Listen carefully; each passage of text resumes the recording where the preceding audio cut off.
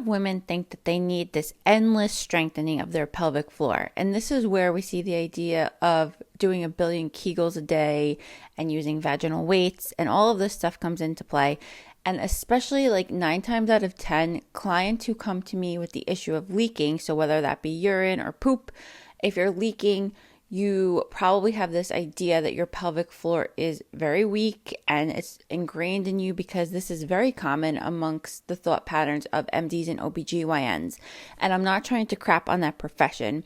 It's just that these practitioners don't understand really how to evaluate and assess true muscle performance when it comes to those of the pelvic floor. So by this, I mean actual strength, endurance, flexibility, and assessing the range of motion. So what happens is you go home from your OBGYN thinking that you have to do this crazy Kegel program, and you're like, nothing is working. Like, why am I still leaking? Do I still have to wear black leggings?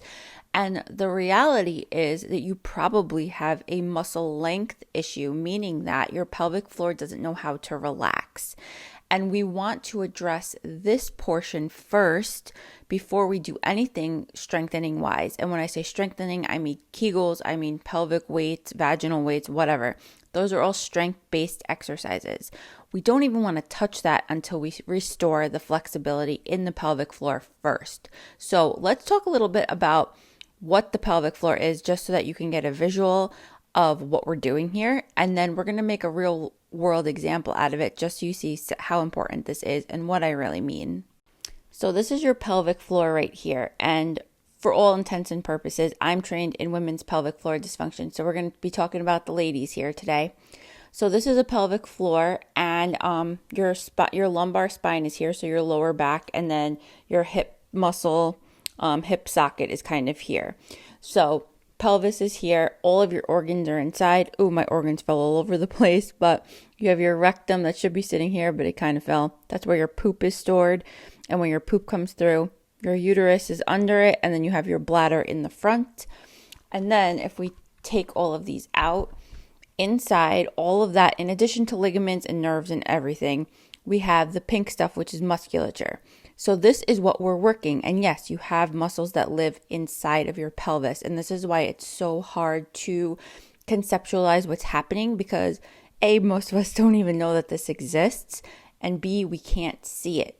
So let's do a real world example of a muscle you're very familiar with.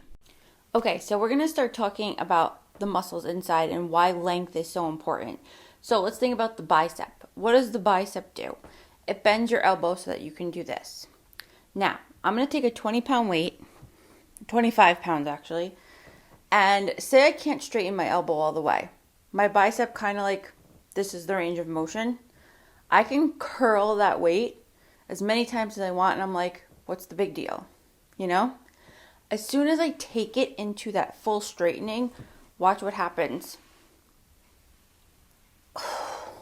Whew, got a little lightheaded.